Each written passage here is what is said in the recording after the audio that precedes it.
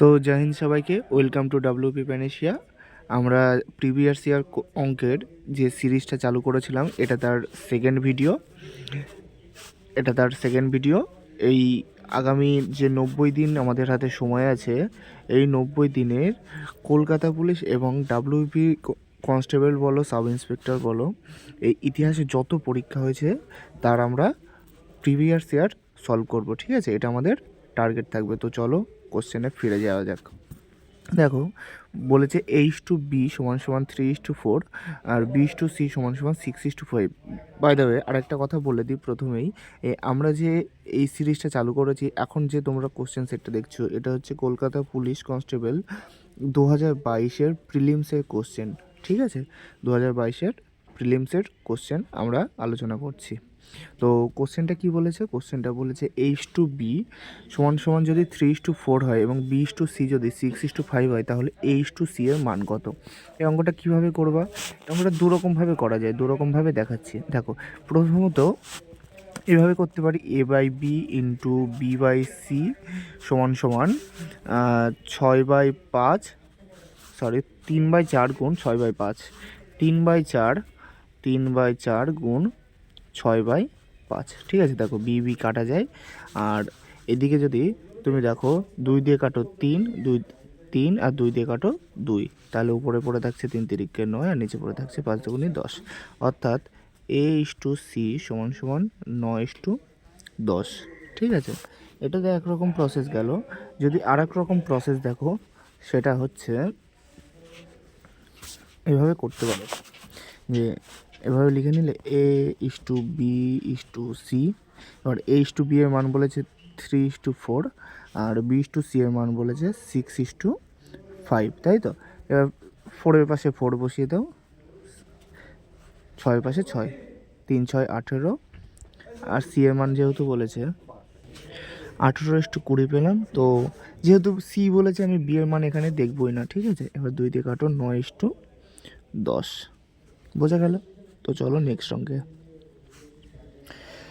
অঙ্ক বলেছে 2 কেজি 250 গ্রাম 0.72 কুইন্টালের শতকরা কত %? ঠিক আছে, এটা তোমরা একদম সহজ অঙ্ক, এভাবে করতে পারো। প্রথমে কুইন্টালকে তোমরা কিলোগ্রামে নিয়ে আসো, তাহলে 7.2 কুইন্টাল। 1 কুইন্টাল মানে কত কেজি? 1 কুইন্টাল মানে আমরা সবাই জানি 100 কেজি, তাই তো?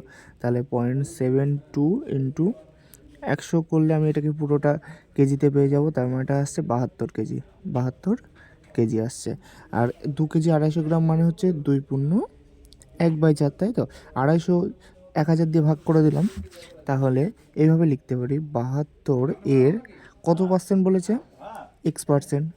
x/100 সমান 2/1/4 এর মান হচ্ছে 9/4।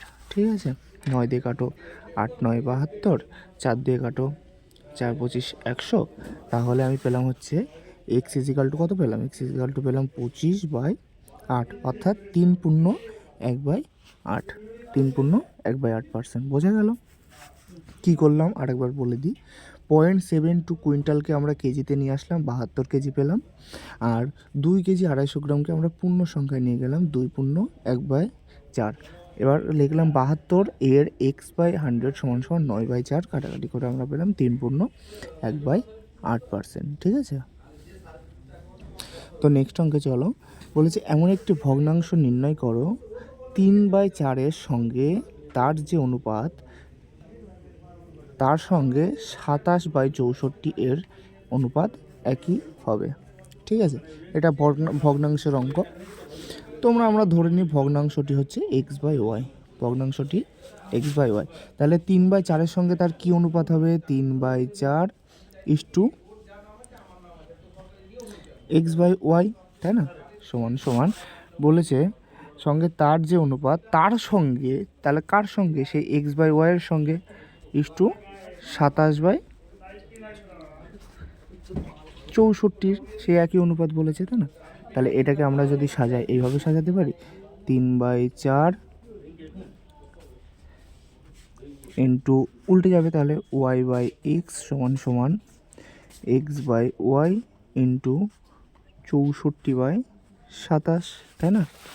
এবার কী হবে? এবার তুমি গুণ করে দাও, বা 3y/4x সমান সমান 64x/27y, তাই না? এবার তুমি বজ্র গুণন করে দাও, বা 64 × 4x² সমান সমান কী আসবে, 27 × 3 তার y², তাই তো?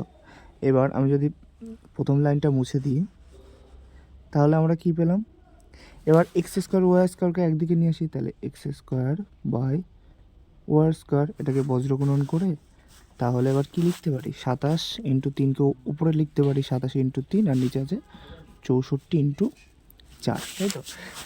এবার দেখো x² y² আছে, আর 27 × 3কে আমরা কত লিখতে পারি, 81 লিখতে পারি, আর 64 × 4কে আমরা কত লিখতে পারি, 256 লিখতে পারি।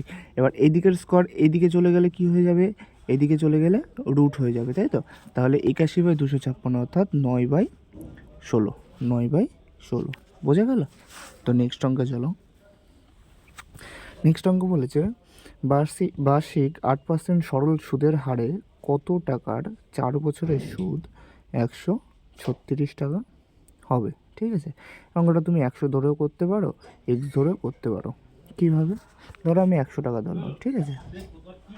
100 টাকায় 8% সুদ বলেছে, তাহলে 100 টাকায় যদি আমি প্রত্যেক বছরে 8 টাকা করে সুদ পাই, তাহলে 4 বছরে মোট কত টাকা সুদ পাবো? 4 বছরে আমি সুদ পাবো, তোমরা বলবা 32 টাকা। কত টাকা?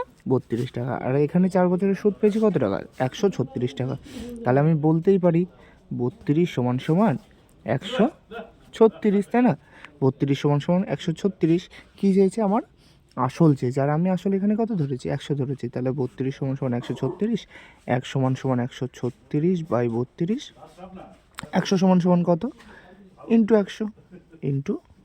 100, তাই না? এবার কাটাকাটি করো, কত দিয়ে কাটবা? 4 দিয়ে কাটো, 4×8 = 32, 4 দিয়ে কাটো, 4 × 25 = 100। এটাকে তুমি কত দিয়ে কাটবা? 8 দিয়ে কাটো, তাহলে 8 অক্ষে 8, 8 5 6 56, 7 × 8 = 56, তাহলে 17 × 25 পেলাম, 17 × 25। এবার 17 × 25 করো, কত হয়? তুমি যদি এটা করো 16 25 আসবে হচ্ছে 400, 425, ঠিক আছে? দেখো এখানে আমি জানি 4 25 100, তার মানে 16 25 কত আসবে? 400, আর একটা 25 এক্সট্রা, তাহলে 425। বলছে একটি খুঁটির 1/2 অংশ কাদায়, 1/3 অংশ জলে এবং 25 মিটার উপরে আছে। খুঁটিটি কত মিটার লম্বা? এটা একদম সহজ অঙ্ক, ভগ্নাংশের অঙ্ক। ভগ্নাংশের সবথেকে বড় ভগ্নাংশ কত হয় আমরা কত জানি? 1 জানি, তাই না? যাই বলবে ভগ্নাংশে 1, আর যেটা পার্সেন্টেজে বললে 100%।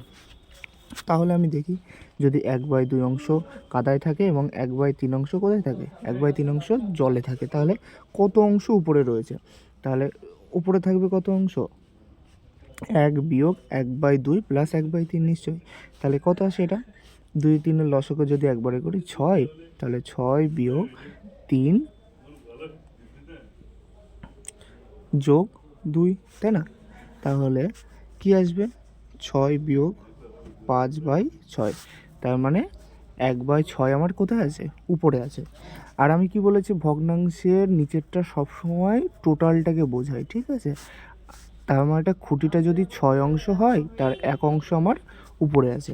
আর আমি উপরে এখানে কত পেয়েছি? 25 মিটার। এখানেও আমি উপরে পেয়েছি 25 মিটার। তাহলে আমি এখানে বলতে পারি না 1 = 25, তাহলে 6 = কত আসবে? 6 = 6 × 25 = 150, ঠিক আছে?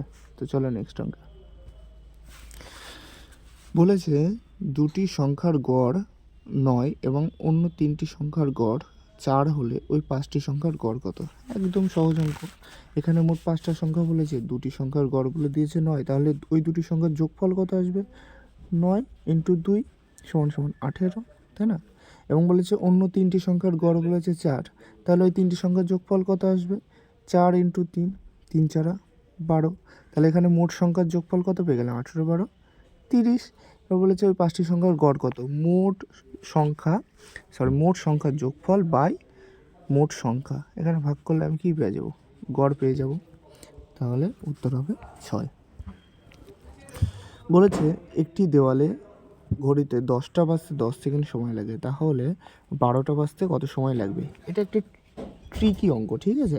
এটা ডিটেলসে করতে গেলে অনেক সময় লাগবে। তোমরা শুধু এইটুকু মাথায় রাখবা, যখন এই বলে দেবে না 10টা বাজতে এত লাগে, 9টা বাজতে কত লাগবে, তাদের এই যে ঘন্টার টং টং টং বাজতে তার মাঝের যে গ্যাপগুলো ওইগুলো আমাকে কাউন্ট করতে হবে। তুমি যদি দেখো 10টা বাজতে 10টা ঘন্টা, তাহলে মাঝে গ্যাপ পড়ছে আমার হচ্ছে 9টা। কটা? 9টা।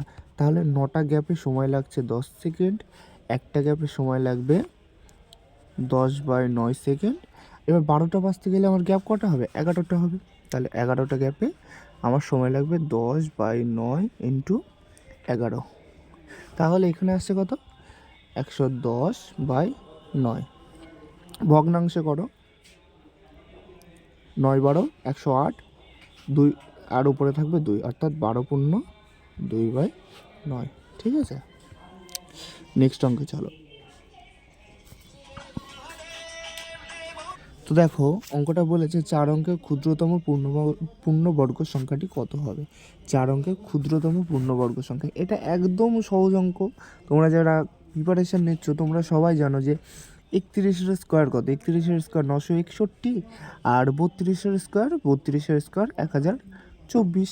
তাহলে 4 অঙ্কের দেখো সব থেকে ক্ষুদ্রতম পূর্ণবর্গ সংখ্যা আমি পেয়ে গেলাম 1024। আর যদি বলতো 3 অঙ্কের বৃহত্তম পূর্ণবর্গ সংখ্যা কত হতো, তাহলে 961। ঠিক আছে, বলেছে রাজধানী এক্সপ্রেস এবং পূর্বা এক্সপ্রেসের গতিবেগের অনুপাত 4:3। পূর্বা এক্সপ্রেস যদি 4 ঘন্টায় 72 কিমি যায়, তাহলে 3 ঘন্টায় রাজধানী এক্সপ্রেস কত পথ যাবে? ঠিক আছে, খুব ভালো অঙ্ক। দেখো এখানে বলেছে রাজধানী, এখানে বলছে পূর্বা এক্সপ্রেস। তাদের কি বলে দিয়েছে? গতিবেগের অনুপাত বলে দিয়েছে, স্পিডের অনুপাত কত বলেছে? 4:3 বলেছে, 4:3। এবার কি বলেছে? বলেছে পূর্বা এক্সপ্রেস যদি 4 ঘন্টায় 72 কিমি পথ যায়। আচ্ছা, এখান থেকে আমি কি পেতে পারি? দেখো এখানে আমি সময় পেয়ে গেছি, এখানে আমি দূরত্ব পেয়ে গেছি। তাহলে আমি জানি দূরত্ব বাই সময় সমান সমান কি জানি? আমি দূরত্ব বাই সময় সমান সমান আমি জানি স্পিড, তাই না? এবার 4 দিয়ে যদি 72কে কাটো, দেখো বাবা তুমি 18। তাহলে এই যে পূর্বা এক্সপ্রেস এ প্রত্যেক ঘন্টায় 18 কিমি করে পথ যাচ্ছে, 18 কিমি করে পথ যাচ্ছে। তাহলে এটা কি পেলাম? পূর্বা এক্সপ্রেসের আমি গতিবেগ পেলাম, ঠিক না?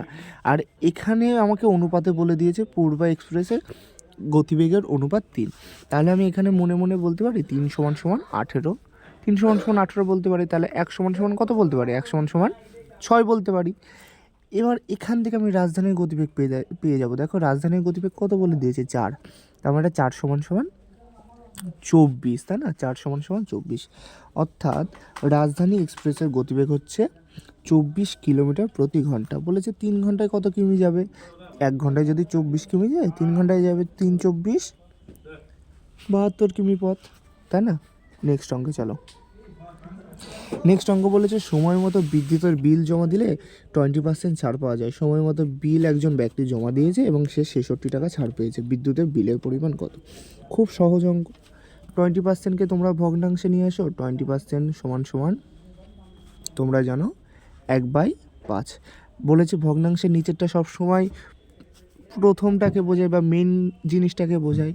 তাহলে 5 টাকায় ছাড় পাওয়া যাচ্ছে 1 টাকা, 5 টাকায় 1 টাকা ছাড় পাওয়া যাচ্ছে। তার মানে আমি যখন 1 টাকা ছাড় পাচ্ছি, তখন আমার বিল হচ্ছে কত টাকা? 5 টাকা, তাই না? এবার আমি ছাড় পেয়েছি কত টাকা? আমি ছাড় পেয়েছি 66 টাকা। তাহলে আমার বিল কত হবে? দেখো 1-এর সাথে গুণ হয়েছে কত? 66। ঠিক তেমনি 5-এর সাথেও 66 গুণ করে দাও। 5 × 30 0, হাতে আমার 3, 5 × 30 আর 3 33। ঠিক আছে, তো আজকে আমাদের এই পর্যন্তই ছিল। তো দেখো তোমরা যদি চাও যে আমি এই প্রিভিয়াস ইয়ার কোশ্চেনের সিরিজটাকে চালিয়ে যাই, তো একটু প্লিজ ভিডিও শেষে একটু রেসপন্স দিও, ঠিক আছে? আমার তো সবে নতুন চ্যানেল, এটা সবে শুরু করেছি। তোমরা যদি একটু শেয়ার করো বা একটু লাইক করো, তাহলে এই চ্যানেলটাকে আমার চালিয়ে যেতে আরও সুবিধা হবে। তো ঠিক আছে, অল দ্য বেস্ট, এই পর্যন্তই।